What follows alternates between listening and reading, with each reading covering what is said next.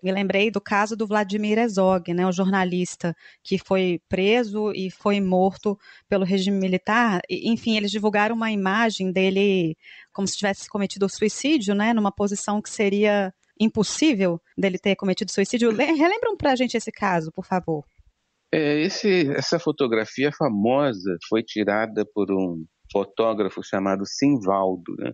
Mostra o cadáver do Herzog morto sob tortura, pendurado numa janela, um basculante assim de janela, com os pés no chão, portanto uma posição que absolutamente não comprova suicídio, ao contrário, né?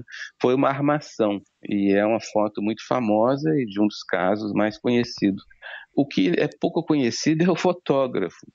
Esse Simvaldo, ele estava fazendo um curso justamente de fotógrafo, né, nas instalações da USP. Me parece que a polícia tinha feito um convênio com a USP para fornecer esse curso, porque vocês sabem que a polícia precisa de fotógrafos, né, para fazer aquelas fotos que vão juntas dos processos Cenas de de crimes, enfim. investigação. Isso é.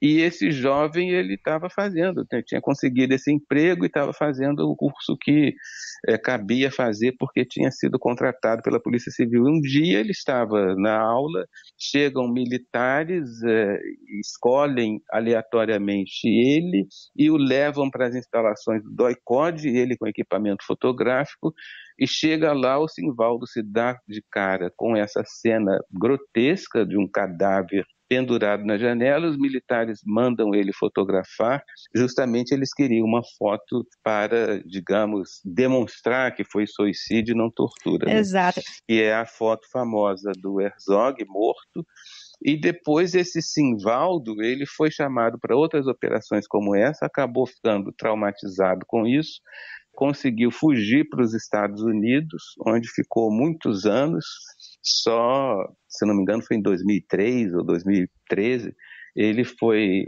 descoberto nos Estados Unidos pela Folha de São Paulo, voltou para o Brasil, pediu à Comissão da Anistia que fosse indenizado como vítima, porque afinal teve de sair do país e tudo mais, mas a Comissão da Anistia negou.